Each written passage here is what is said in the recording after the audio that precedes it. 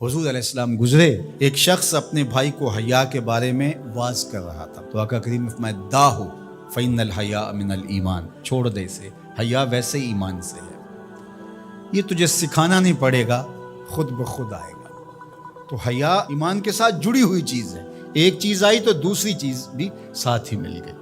तो अगर हया रुखसत हो गया तो ईमान का भी कबाड़ा हो गया।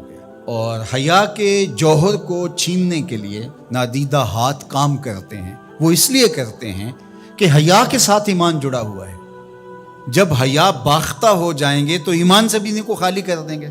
इनको यूं कहना कि तुम काफिर हो जाओ, इस्लाम छोड़ दो, कोई भी नहीं करेगा। तो बेहतर नहीं है कि इनको हया से खाली कर दें, तो वो साथ पीछे पीछे साथ ही चली आएगी चीज़। तो अब दुश्मन की ये चाल ये है कि ये मुस्लिम काफिर तो नहीं होंगे, लेकिन इस तरह किया जाए कि इनको मुसलमान भी न रहने दिया जाए। अब ये जो कुछ हुआ है, एक कानून पास कर लिया गया और मर्दों और औरतों ने अपनी जिन्स तब्दील करना शुरू कर दी। और लोगों को पता उस वक्त चला जब 29,000 लोग जो है वो अपनी जिन्स तब्दील कर चुके थे, मर्दों से औरत और औरतों से मर्द। और इसके जो दूररस नताइज हैं और इसके मनफी असरात हैं, एक औरत अगर अपनी जिन्स तब्दील कर लेती है तो कल वरासत के अंदर वो पूरा हक लेगी, इसलिए कि उसके शनाख्ती कार्ड के ऊपर जो है वो मर्द लिखा हुआ है। एक मर्द जो है वो खातून बन जाता है तो वो औरतों के वाशरूम में घुस जाए और फिर कोई ख़राबी पैदा होती है, उसके बाद उसको गिरफ्तारी नहीं किया जा सकता। वो कि मैं तो औरत हूँ, ये तो मुमकिन ही नहीं है। तो बताओ क्या होगा, मुआशरा किस समझ जा रहा है और किस रुख पे जा रहा है। ये हमने कभी सोचा था? जिस मुआशरत की इस्तिलाहात में हया आता है, जिस मुआशरत की इस्तिलाहात में तकवा आता है, जिस मुआशरत की इस्तिलाहात में इफ़्फ़त, पाक दामनी, इस तरह की इस्तिलाहात हैं जिस कौम की, उस कौम के ऐवान बाला में और ऐवान ज़ीरी में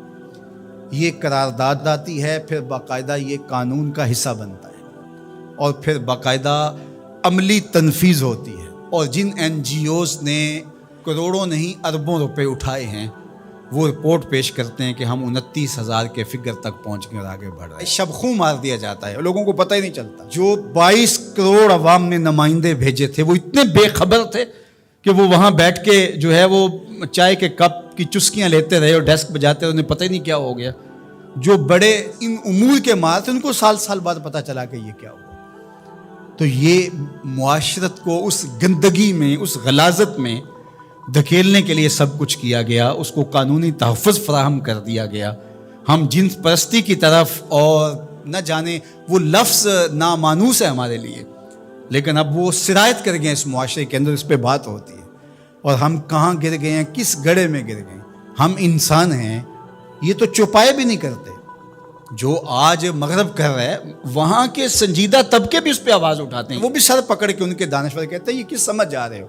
चूँकि जमहूरी नज़म है, जहाँ ज़्यादा लोग वोट डाल देंगे वो हो जाएगा, लिहाजा उस वजह से वो मजबूर हैं। लेकिन वो कहते हैं ये क्या हो रहा है, ये कैसे मुमकिन है। अल्लाह ताला ने कुरान मजीद में इरशाद फरमाया उलाइका कल अनआम बल हुम अदल, इंसानों की अक़दार से बरगश्तगी और उनका अखलाकियात से दूर हो जाना, और उसके नतीजे को अल्लाह ताला बयान फरमाता है। तमसील के तौर पे चीज़ बयान फरमाई कि ये लोग चुपाए हो गए हैं। उलाइका कल अनाम, ये चुपायों की तरह है। आगे फरमाया बल हुम अदल, बल्कि ये चुपायों से भी बदतर हो गए। आपने कभी नहीं देखा होगा कि किसी नर चुपाए ने नर चुपाए के साथ जुफ्ती की हो। जब जिनसी ख्वाहिशात पैदा होती हैं तो वो अपनी मादा को तलाश करता है। कभी नर नर से जुफ्ती नहीं हुआ होगा, लेकिन इंसान जब अखलाकियात से गिरता है तो वो इतना गंदा और बदतमीज़ हो जाता है कि ये तमीज़ भी ख़त्म कर देता है जो चुपाए भी रखते हैं। तो यह है चुपायों से भी बदतर हो जाना। गलीज़ गंदा अमले कौम लूत इसकी ज़िंदगी का हिस्सा बन जाता है। और बंदे के पल्ले बचता क्या है, उसके पास रहता क्या है जब वो इतना गलीज़ हो जाए। उसकी रूह भी ज़ख्मी हो जाती है, उसका बातिन और ज़मीर भी दाग दाग हो जाता है जब उसकी नज़र में गलाजत आती है। अच्छी जाए कि वो अमली तौर पे गलाजत के इस दर्जे पे पहुंच जाए। तो ये चुपाया नहीं कुरान ने कहा, बल्कि चुपायों के यहाँ भी एक तहजीब का दर्जा है, उसको क्रास वो भी नहीं करते, लेकिन ये चुपायों से भी बदतर हो गए। तो क्या जो चुपायों से भी बदतर होंगे उसका ततब्बो करेंगे? जो चुपायों से भी गंदे हो जाएंगे, क्या वो एक इंसानी मुआशरे का शियार हो सकता है? और कितनी बदबख्ती ये है کہ اس طرح کے قانون دنیا کی پارلیمنٹس کے اندر جو ہے وہ پاس کیے جائیں گے، باقاعدہ حکومتیں اس کو سرپرستی فراہم کر رہی ہوں گی۔ بد تہذیبی کو تہذیب قرار دے دیا جائے تو اس سے بڑی بد تہذیبی کیا ہے؟ گندگی کو، غلاظت کو اگر گلاب کہہ دیا جائے تو اس سے بڑی بد تہذیبی کیا ہوگی؟ تو یہ معاشرت کی گندگیاں ہوتی ہیں، لوگوں کے ذہن کے اندر پنپنے والی گندگیاں مجسم روپ میں آ جاتی ہیں، اور وہ معاشرہ پھر انسانوں کا معاشرہ نہیں رہتا، وحشیوں کا معاشرہ ہو جاتا ہے، بلکہ وحشیوں سے بھی بدتر معاشرہ ہوتا ہے، بل ہم عدل کا عملی روپ بن جاتا ہے۔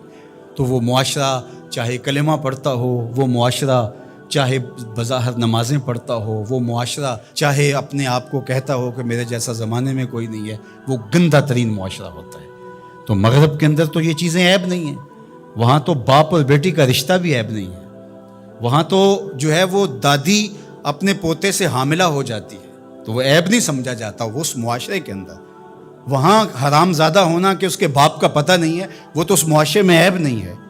تو کیا مغرب کی نقالی میں ہم سب کچھ قبول کر لیں گے؟